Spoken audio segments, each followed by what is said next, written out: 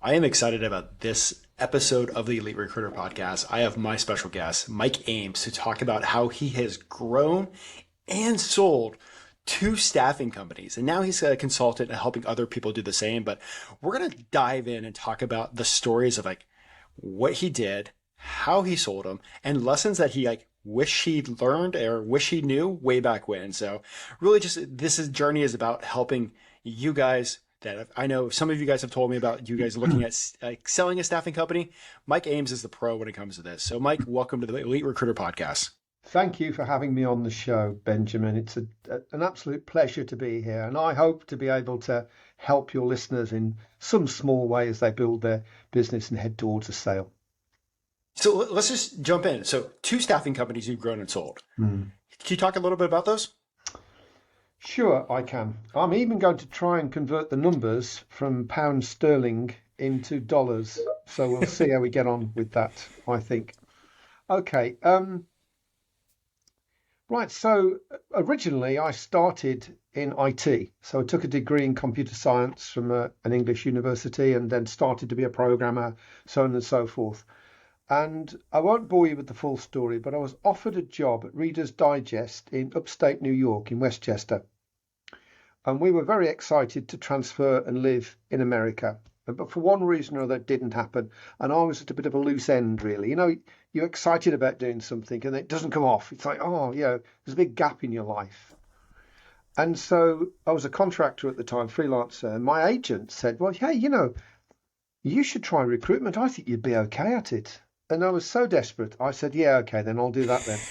So I took a 50% pay drop to do it and went to work with him at the company that he worked at. We stayed there for 6 months. And then someone said down the pub, do you know what? We could do this. How hard can it be? And we left, set up our first business in April 1989. And I was in recruitment. Good to go, really. Wait. So you stumbled into recruitment because a job didn't work out. They recruited you to the position, and 6 months in, you're like, you know what? I can do this for myself. Yeah. Well, I suppose if I'd known then what I know now, I wouldn't have done it because I'd have been frightened to death. But I thought, how hard can this be, really?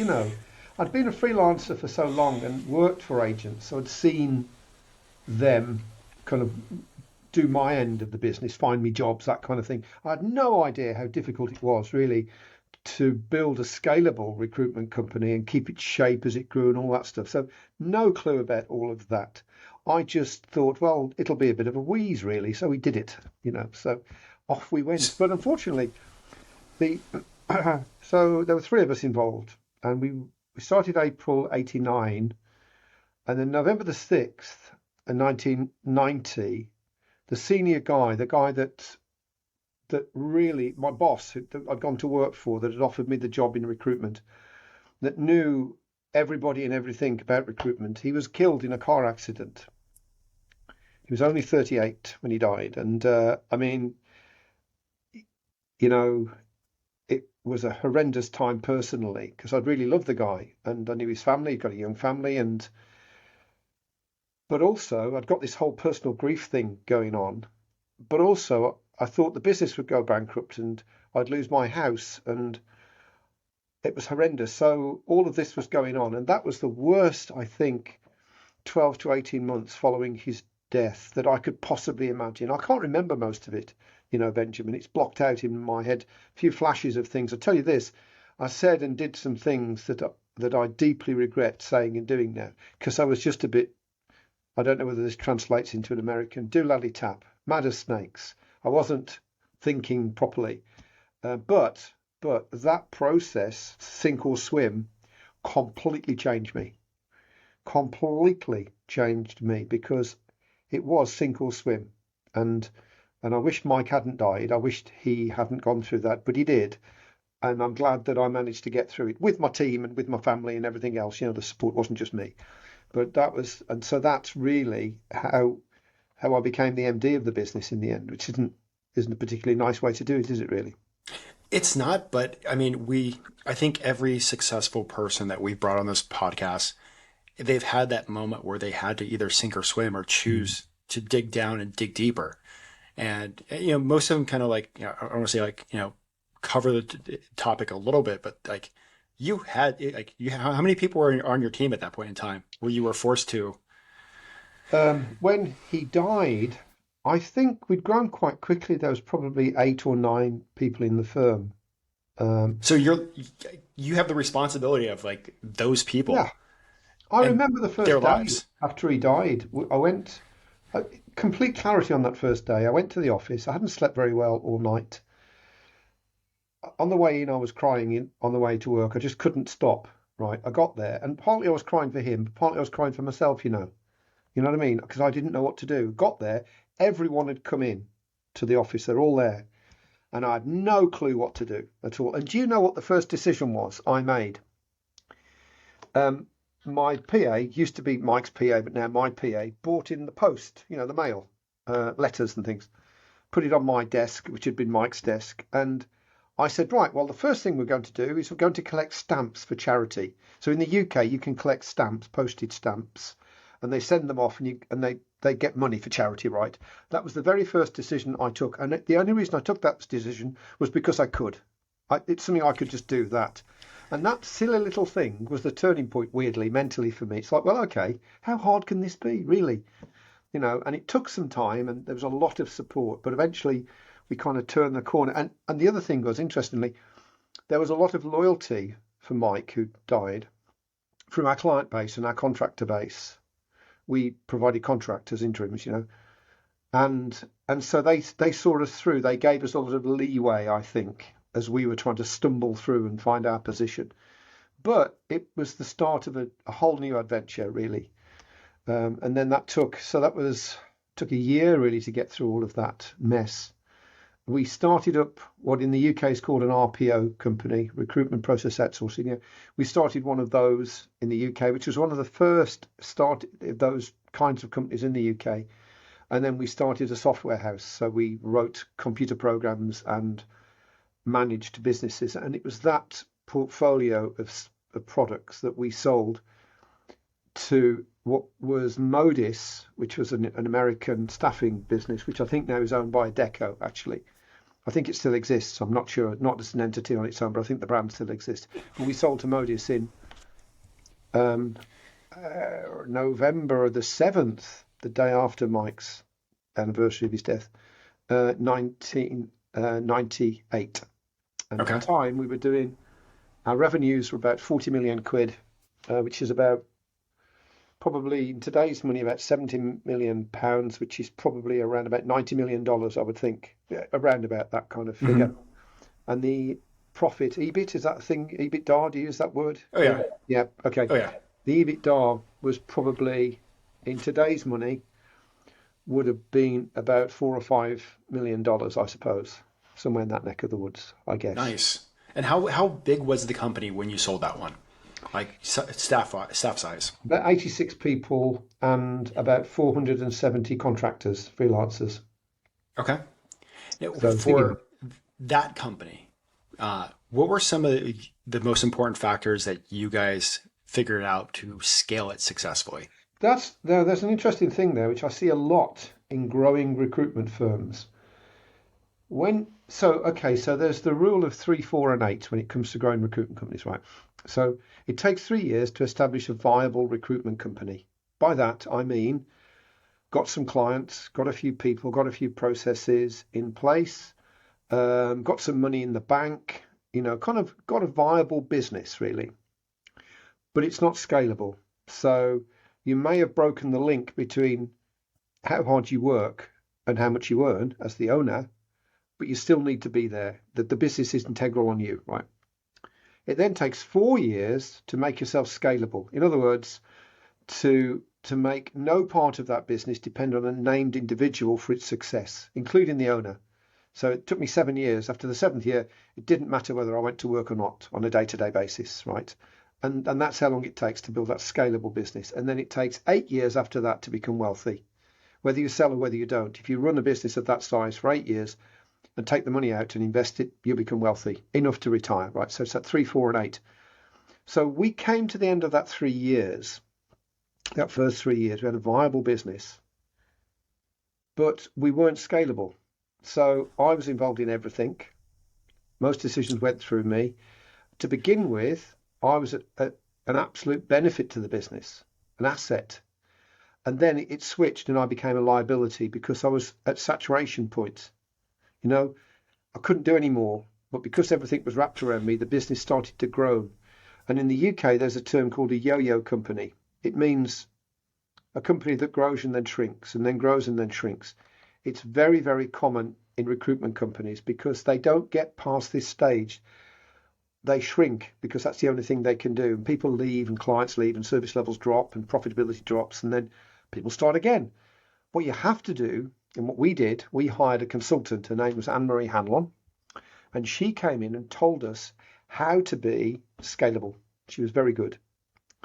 And she was with us about 18 months, I think. And she came, and many of the changes that we made, I still use today with my clients.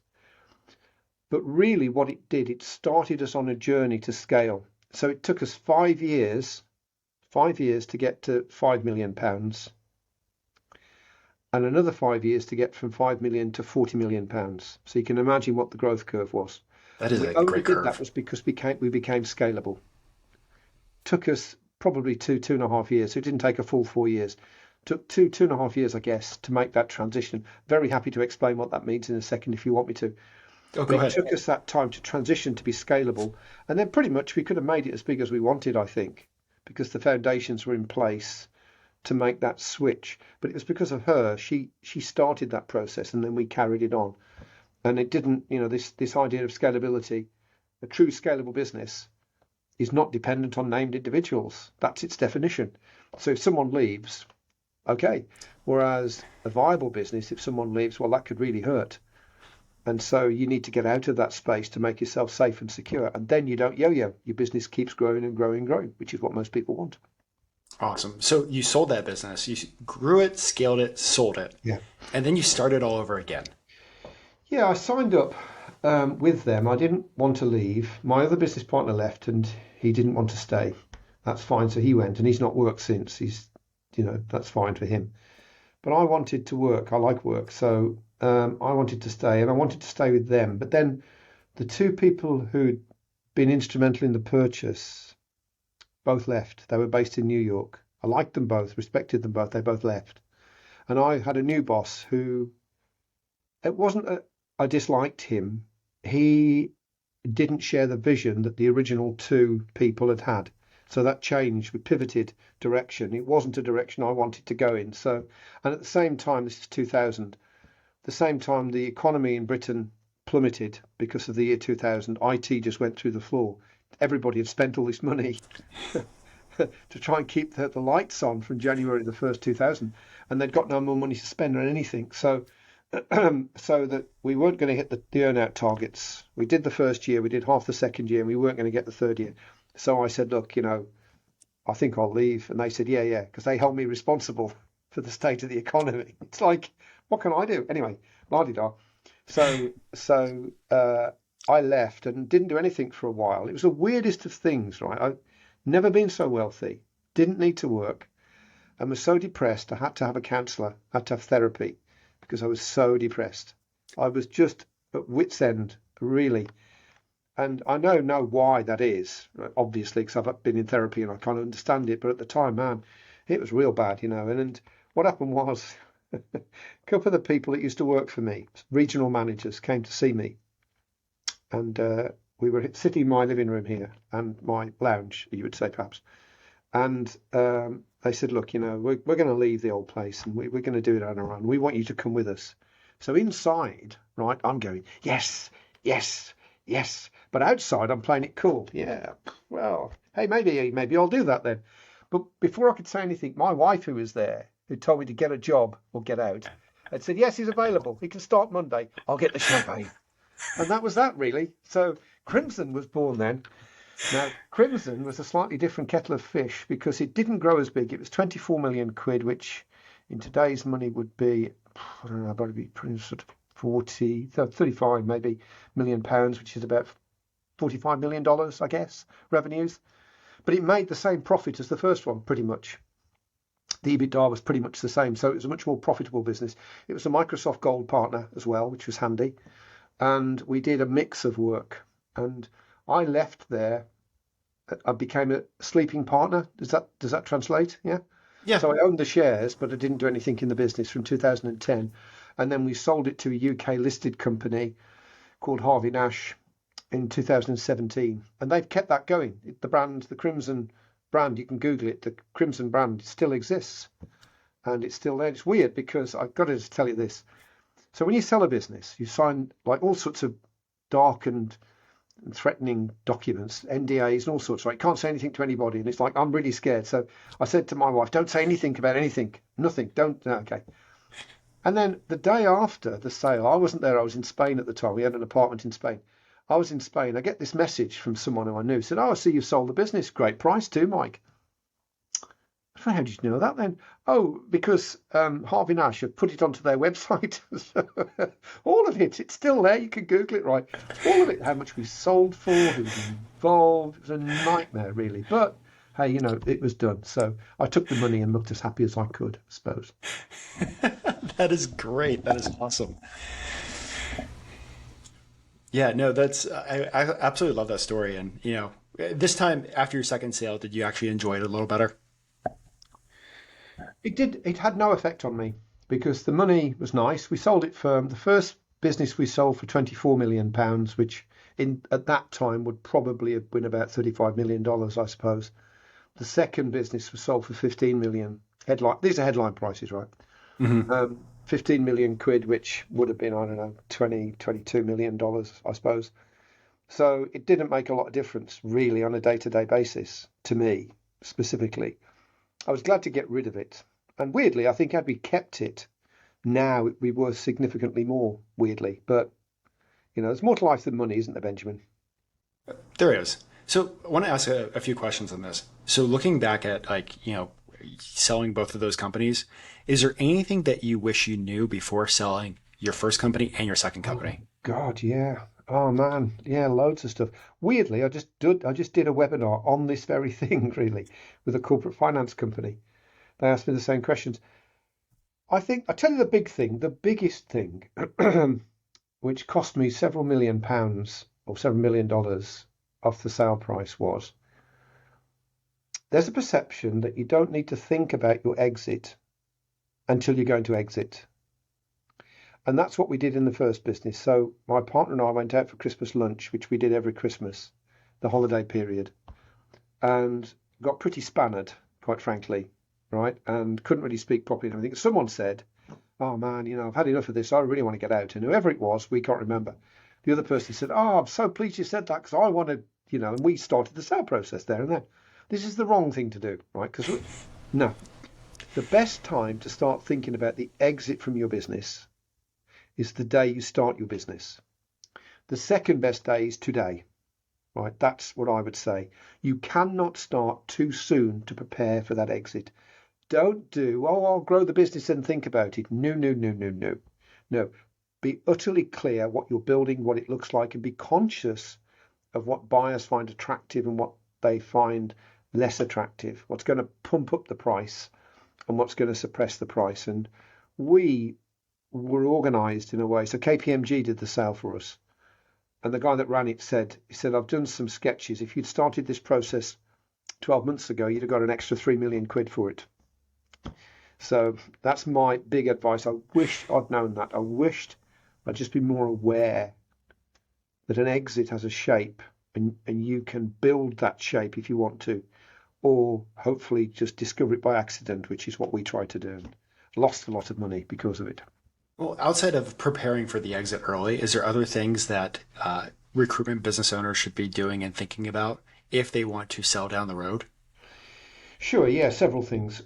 And many of these things are important even if you don't sell.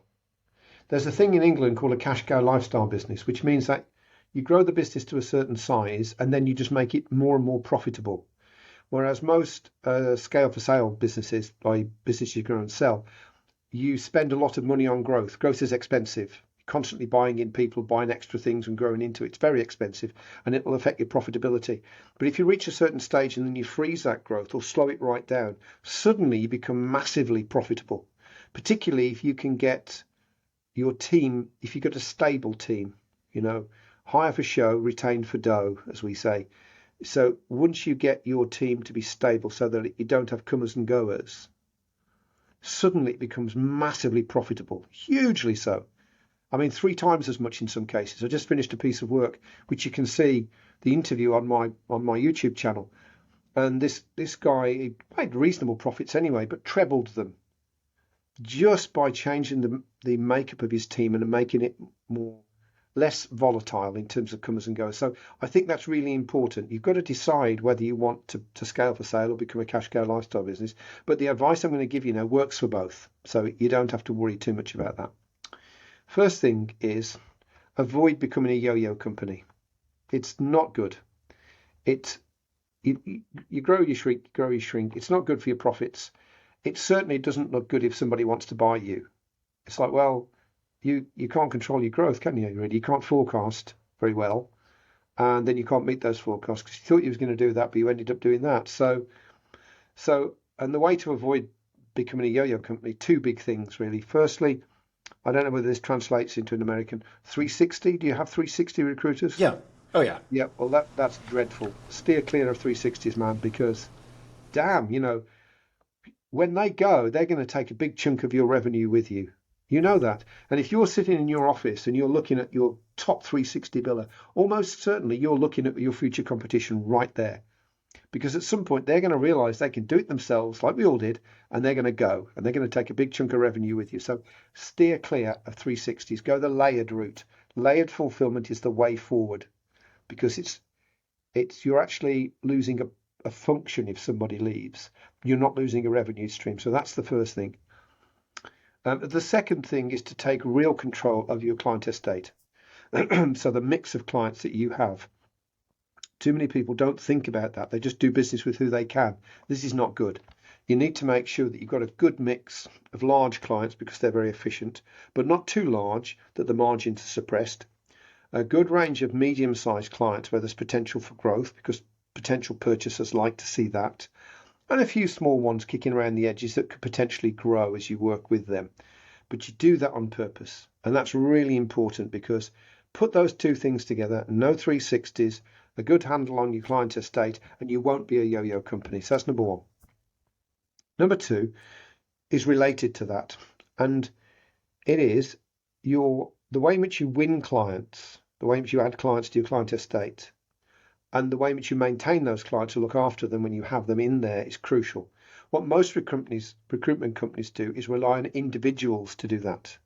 So you've got the new business person who goes and wins the business, and you've got the account manager who looks after the business. Again, this is not good because a scalable business doesn't have those kind of dependencies in it. So what you need to build is a system, and I'll be very clear what I mean by that in a minute, so there's no doubts, but a system to win your high value new clients and a system to manage the clients that you have. We call it Apex client care because if you do it properly, you can become the Apex supplier if it's done properly, right? And that system is made up of processes. We're not overly bothered about processes because nobody sticks to them, not even you, and I don't either, right? But you got to have them, right? Tools, I'm really keen on tools, man, because, hey, a tool, like any tool, it simplifies things, it standardizes things, and it speeds things up. So the more tools that we've got, I don't mean software, by the way, but the more tools that we have in the business, the better I like it. Dashboards tell you what the heck is going on in your business, and people. So you've got those 4 things. That makes an ecosystem, and you can point that ecosystem at winning new clients, and you can point a different ecosystem made up of the same things at maintaining clients. When you do that, and if you do it properly, that's the main reason that we went from 5 to 45 million in 5 years, because we had a system to win high value new clients and a system to look after them. Right. So again, buyers really like that. When the Americans came to look at our business, they really liked the fact that we had those systems in place, man, because they know they're buying hot air, but actually they're buying a system, not a person. The last thing is the management team. It's very important to lock in a stable management team. They don't have to be outstanding, because when you think about it, again in American in England it's called a bell curve. It's a statistical curve that goes like that, right? Right. So the majority of recruiters are average. They have to be. So you have to build a business that generates outstanding results from average people, because the majority of people you're going to employ are going to be average, right? So you have to do that, and systems will do that well for you. But when it comes to the management team, it's going to be the same. You're going to have some good people and some average people.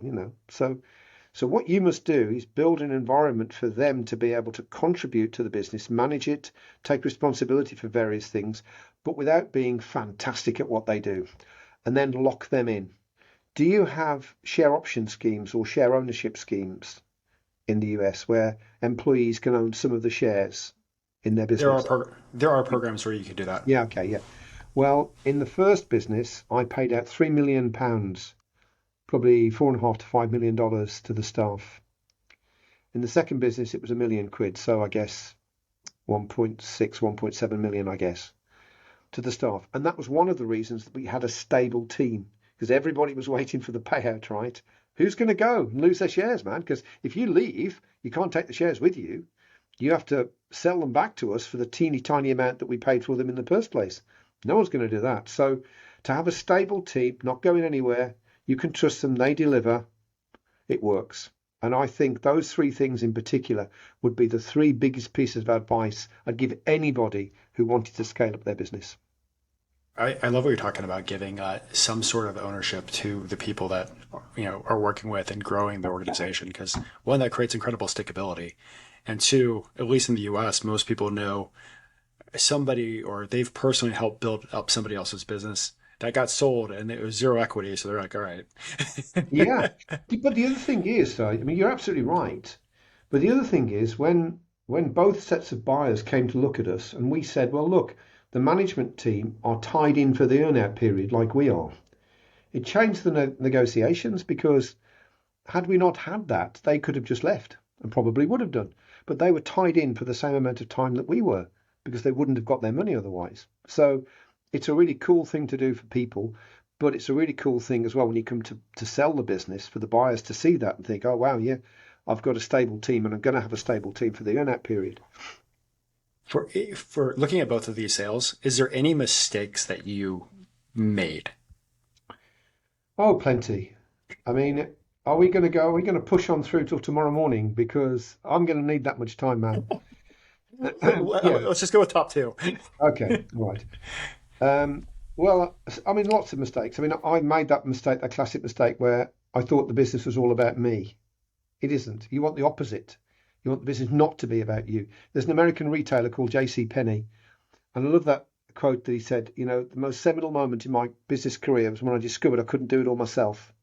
Yeah, well, yeah, you can't. So the sooner that you learn to delegate, the sooner that you learn to bring in people and give them authority and responsibility, the more your business will grow, right? So that was one mistake that I made, and I see that a lot. The second one is certainly around preparing for the business sale too late. That's another one. And the other one is as we talked about a few seconds ago, is too much of a reliance on individuals. You should rely on systems and processes and tools, and the people just use them, as opposed to the person is the new business developer. And do you not see it? It's very prevalent in the United Kingdom, where, oh, well, we need some new clients. Well, why don't we hire a business developer? Let's get a business developer in. So that's the answer to all the questions. Well, it isn't. A, because they're like hen's teeth. They're incredibly rare. And B, if they go, you haven't got a business development function anymore. So I think, yeah, I mean, you build a business, be proud of the business that you build, be in for the long term, 3, 4, and 8. That's 15 years. And at the end of that, you can be wealthy if you do the job properly, if you've scaled up properly. It's easy. Well, this kind of goes into like another question. Like, where do you even find a buyer for your recruiting business? Well, one of the things that I would recommend people to do is to build a network of contacts outside of people you want to sell to. So obviously you're going to build a network around prospects that you could sell, your services to and make them clients. Yeah, of course you are. And intermediaries perhaps who could introduce you to potential clients. Yeah. There's a whole bunch of people out there that are neither of those, but are very useful people. And we started entering competitions. So I can't remember the exact date. I think 1996 or something. We were the 27th fastest growing private company in the United Kingdom, right? Because we were in this competition that told us so. Now, I don't know whether we were or not, but that's what they said. Who knows? But because of that, we got to meet people. We got to meet people at KPMG and PwC. We got invited to things. So when we decided to sell, I said, well, we'll go and see the people that we know. So we went to see PwC, we went to see KPMG, and ended up going with KPMG. And of course, I would. This is a very important message now, right, for you guys. I would have sold that business for half as much as we actually sold it for, and been happy with that. 10 million quid, definitely. I'd have been well up for that, and we'd agreed this, me and my business partner. KPMG came within this massive figure. Why? Because they're in touch with the market. They know things that an average recruitment boss doesn't know. They've got contacts. So they found the original buyer was a company called Dimension Data in South Africa that wanted to move into Europe. And they found them. And then someone from KPMG in New York must have said, oh, they must have some internal network or something. They said, oh, we're looking for people wanting to buy UK recruitment companies. Anybody know anybody? We do. Yeah, we do. Yeah. There's no way you could do that without a corporate financier. So you get the right advisors and they will find the buyers and they will manage that buying process for you because you're going to need it. Wow. Is there anything else that you'd love to talk about with the process of building, scaling, and selling recruitment businesses before we move on?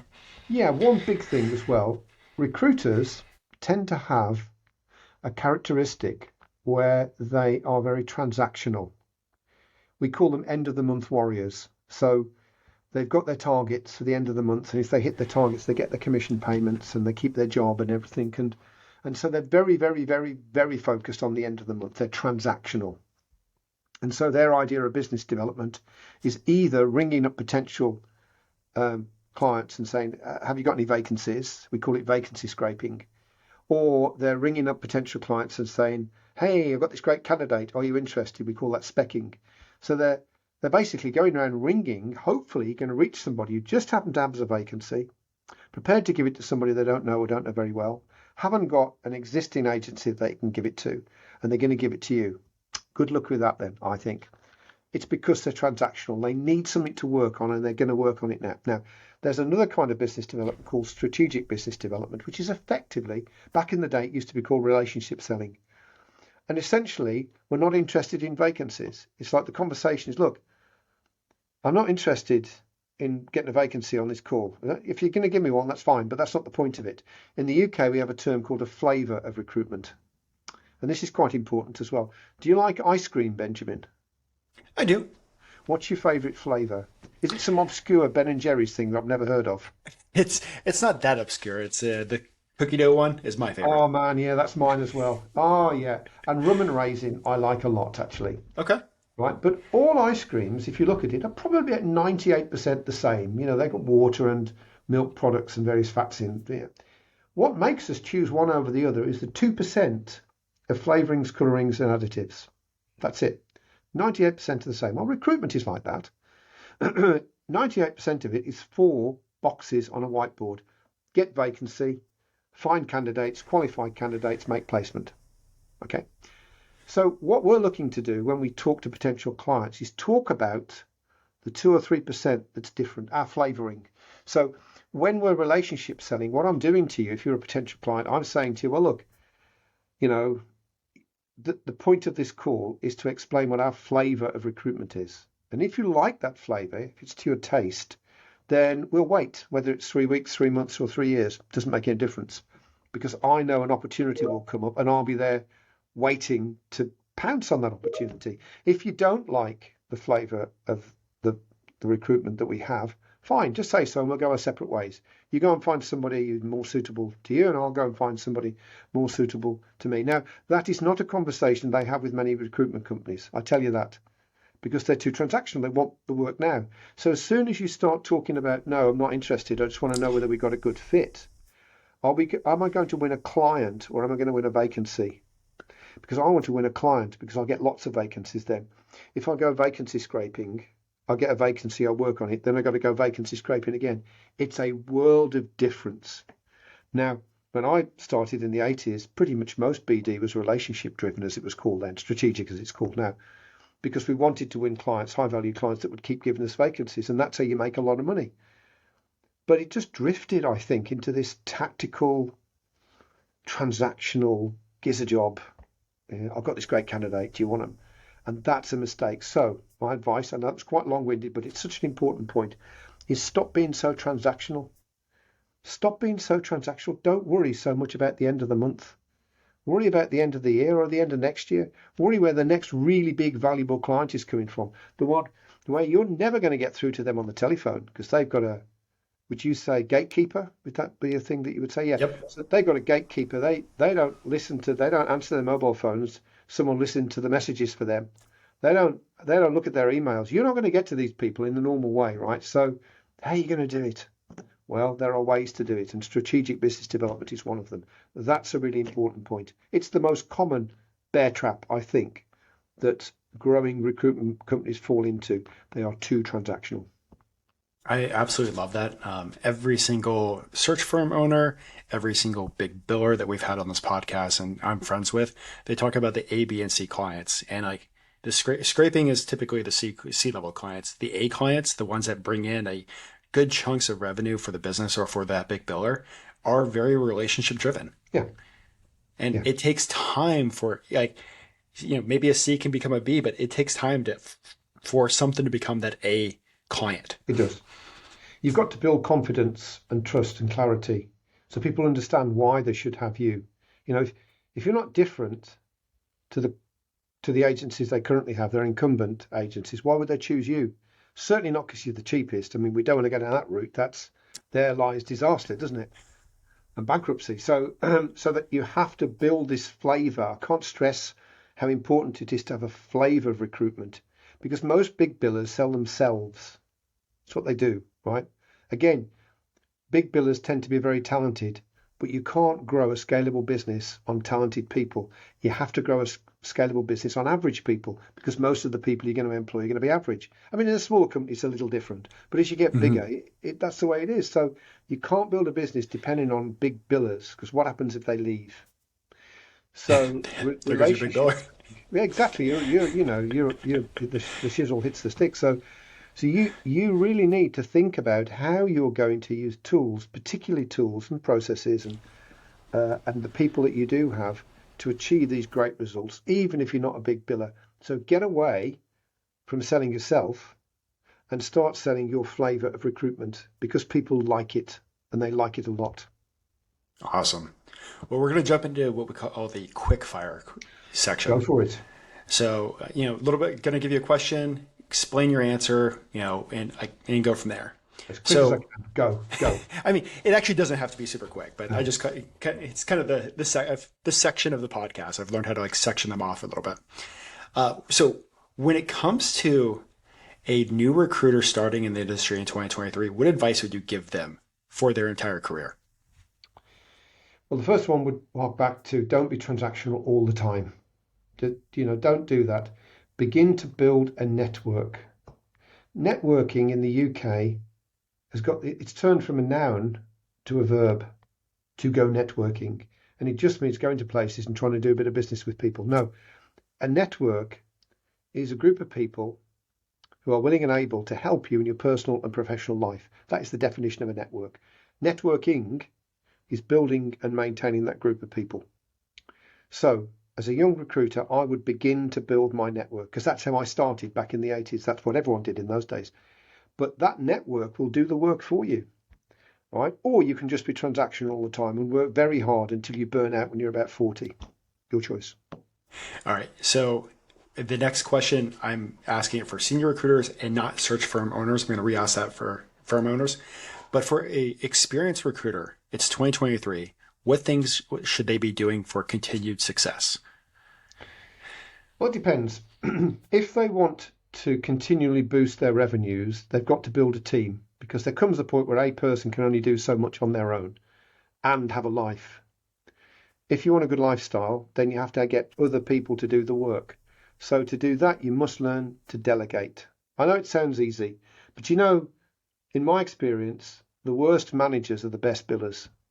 They they don't get management at all. Why aren't you like me? Why don't you work as hard as me? Why aren't you as talented as me? Why can't you just get that on that phone and get that piece of work? Why can't you persuade these candidates to do this piece of work? Because they can't, because they're average.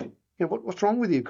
Why can't you understand this? So you must learn to get the most out of people. And that's a completely different skill set that a lot of serious billers don't have. But if you're prepared to invest in yourself and work hard at it, then you can learn to manage and lead. And when you do that, your earnings are not limited. They are completely unlimited. You can earn as much as you want. If you don't want to go down that route, then my viewpoint is to niche, very much so. Niche, I think it's pronounced in American. It's to niche and make sure that the niche that you've got is big enough for you to make lots of money and that you can charge decent fees for what you do. And then coupled with a decent network, you can get the network to do the work for you, and it works really well in a niche because I don't know whether you have preferred supplier list or panels, whatever they would be called, but quite often there's a set of financial, so the fees are set, the margins are set, and they're quite low normally if it's a high volume business. If you've got a niche, then they don't apply to you, because if you want these people, well, this is what you have to pay. If you don't like them, I'm just going down the road. And by the way, when I go down the road, I'm going to get all your people that have got the same skills. I'm going to take them with me. So not that I would ever say that, but I used to let them know that that's what I would do. And so we always had niches in our business, lots of them. Very high profits, very easy to do business. And of course, the business comes to you because you become known as the go-to guy or the go-to girl for that particular niche. And it's easier then. But you've got to work at it, man. It just doesn't come to you. Yeah. All right. My next question, I'm sure you've kind of covered your answer already, but I want to re-ask it for the quickfire section. As a search firm owner in 2023, what are some of the things that they should be doing to be successful? Well, yes, all of the above. All of the above. And I think the niche thing is kind of a key element to that, I guess. But I think I'm going to hark back to carefully choosing your clients, because search firms have a tendency to pick clients where they can only make one placement. If it's a C-level, a C-suite, sort of, CIO, CEO, whatever, they only have one, so they make a placement and move on, really. And that's blooming hard work, I think. So you need to think about how you can get repeatable business. One way is to go down the interim route, to have interims on their senior level interims, because you can reuse the interims. You found them in the first place, which is expensive, but you can reuse them. You can place them from one place to the next. So I've seen that work really well. And the other thing is keep putting your fees up until you lose 20% of your business because you're too expensive. If you win Great everything, advice. you're too cheap. That is great advice. 20%, if you lose more than 20%, you've got to bring your prices down a little bit or push your value up. Which brings me to the last piece of advice I think all recruiters should do. It's a reiteration of what I said earlier, but create your flavor, create your product, and sell your product, not yourself. Awesome. Has there been a book that has had a huge impact on your career? Well, several. I read a lot of books. We have an app here called Blinkist. Don't know if you've come across that. Mm-hmm. Yeah. So I read a lot of Blinkist books, and then if I like the book, I actually buy the proper book. For those that don't know Blinkist, you can read a book in 20 minutes or listen to it. It's a summary of the book. But then I go and buy the real book. I like Malcolm Gladwell, like Blink and Outliers, particularly like Outliers, because that's why people are successful and others aren't successful. Really like that. Tons of stuff by Seth Godin, like Purple Cow. Man, that's great. But I'll tell you one that had the biggest impact on me. When I was a student, at the third year of my degree, I went to work in industry and then came back to do the fourth year to do my finals. And I went to work at a company and I really got on with my boss there. And one day he gave me a book. So I'd be 20, I suppose. He said, I think you'll like this, Michael. And it was a book called Up the Organisation by Robert Townsend. And I think but he'd built Hertz Rent-A-Car. And what he'd written in the 1970s, he'd written this book where at the end of his career, he just wrote down everything that he knew. And nobody was doing it in those days. This was before Stephen Covey and all of those people. He just wrote down these prescriptions. If you want to be successful, do this and do that and do the other. I mean, I didn't know anything about business. Certainly didn't know anything about rent-a-cars, but I loved that book. I loved the procedural nature of it, and well, I'll just do this then. How hard can that be? And I had to give the book back to him. Years later, we have a small house on the Welsh coast on the Irish Sea. And in the village where we got the house, there's a bookstore. Don't go in there very often, but I was in there. And what did I see? This was only about 3 or 4 years ago. I saw an old copy, because it's out of print now, of Up the Organisation by Robert Townsend, and I bought it for about 10 quid. Fantastic. I mean, all the stuff that's in there is no longer relevant because the world has moved on, but man, that book changed my thinking from that to that. I love that. So next question is, what do you think is going to happen with the future of recruitment and AI in recruitment? That's a really good question, isn't it? I think the commodity recruitment, the lower end, is under threat. I think as we get more and more plugins for ChatGPT, its capability grows. Right? I don't know what version you use. We were the paid version, so it costs us 20 quid a month, whatever, Yep. 30 bucks a month or something. And so we can do all sorts of things that you can't do with the free version. And you can just see the possibilities. I really wish I was 30 again, honestly. I mean, the things that you can do with it, and we've started experimenting for our clients. So we spend a lot of time, about a third of our time, in doing research and development, various new tools and techniques and things. And the guy that's doing this, Pete, is just mad on it. The things that he can do, and you can just see what's going to happen. And as soon as the machine, do you know what the Turing test is? Have you come across the Turing test? Yep. Yeah, right. So they reckon that we had computers that could pass the Turing test ages ago. Not true, really. Not really. As soon as it properly passes the Turing test, in other words, you can have an actual conversation like we are now with the machine, and you can't tell whether it's a human or not. As soon as we get to that state where you can kiss goodbye to most lower level commodity based recruiters, because the machine will do it. So I think it's time to move up the ladder, in my opinion, start shifting away from that commodity space, that volume, because it's really going to go. And fees are going to drop through the floor because of it, I think. And it's going to happen fast. I think so, yeah. I mean, relatively quickly, yeah. Mhm. Not like a decade or anything. I think 3 or 4 years, perhaps, yeah. So what do you think is one of the things that has had a huge impact on your personal success or has contributed to your personal success? Oh, that's easy. My wife, 100%. She was a housewife, so she stopped work when my son was born in 1985, and she didn't have a paid job since then. And in the early years, when I thought it was all about me, before I had my mini nervous breakdown, and we hired Anne Marie Hanlon to come and sort us out. In those days, if you'd said, "Oh well, if your wife wasn't there, could you do it on your own?" I'd have said, "Yeah, yeah, easy. It's me that's doing this, right?" Could not have been further from the truth. I have only been as successful as I am because of her, because of the support that she's given me to look after the house and the children. We have 3 children, and she looked after all of those things. She never worked, so she could. Of the unerring ability that she can just cut through the BS and say, "Well, why are you doing that then?" "Oh, yeah, don't know why I'm doing that." And those times I have massive self-doubt at times, like huge self-doubt, right? And she's the one that says, "Oh, pull yourself together, get a grip, because you can do this. How hard can it be? What's the worst that can happen? Come on, you can do this, right?" And it's her. She did that. I could not have been as successful without her. I love that. And that kind of goes into my next question. Like everything that you know now, if you can go back and talk to yourself at the beginning of your recruitment career, what advice would you give yourself? Don't make as many sacrifices as I did make that cost my family. My So in the first 3 years, that 3, 4, and 8, right? The first 3 years, you have to give the company everything it wants. It's like a spoilt child, right? You have to give it everything. Otherwise, it's not going to work. But that's it. When you're in the 4th years, what happens is then you're weaning the child away from that now. It's not about you anymore. It's about me and the family. I kept that going too long, and I went too deeply with it. I remember once my wife was ill. She'd got a sickness and diarrhea bug, and the children had got it as well. And I had a business meeting planned, so I said, "I've got to go to this," and I left. What kind of monster does that? What kind of monster does that. I did it because it was during that mad period after Mike had died and I thought we were going to go bankrupt.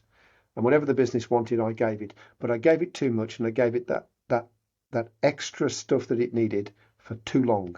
So don't make those sacrifices. We've got a new saying around here, family first. Family first. I love that.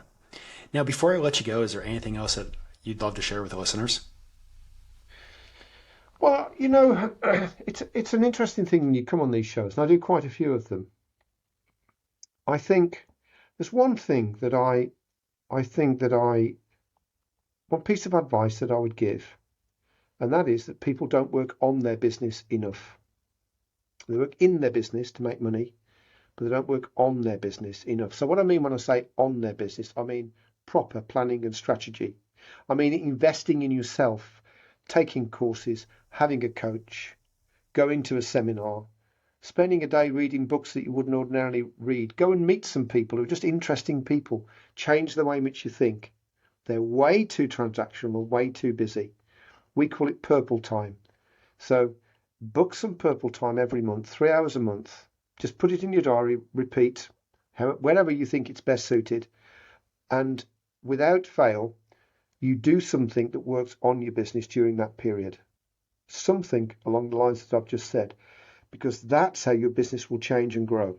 We have a phrase, which I think is an American phrase actually. When you're up to your arse in alligators, it's difficult to remember that you were there to drain the swamp.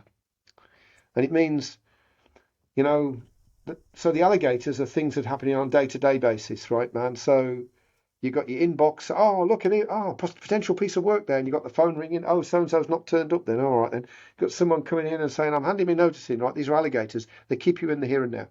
The big picture is to build a business that gives you the lifestyle, which is a combination of free money and free time.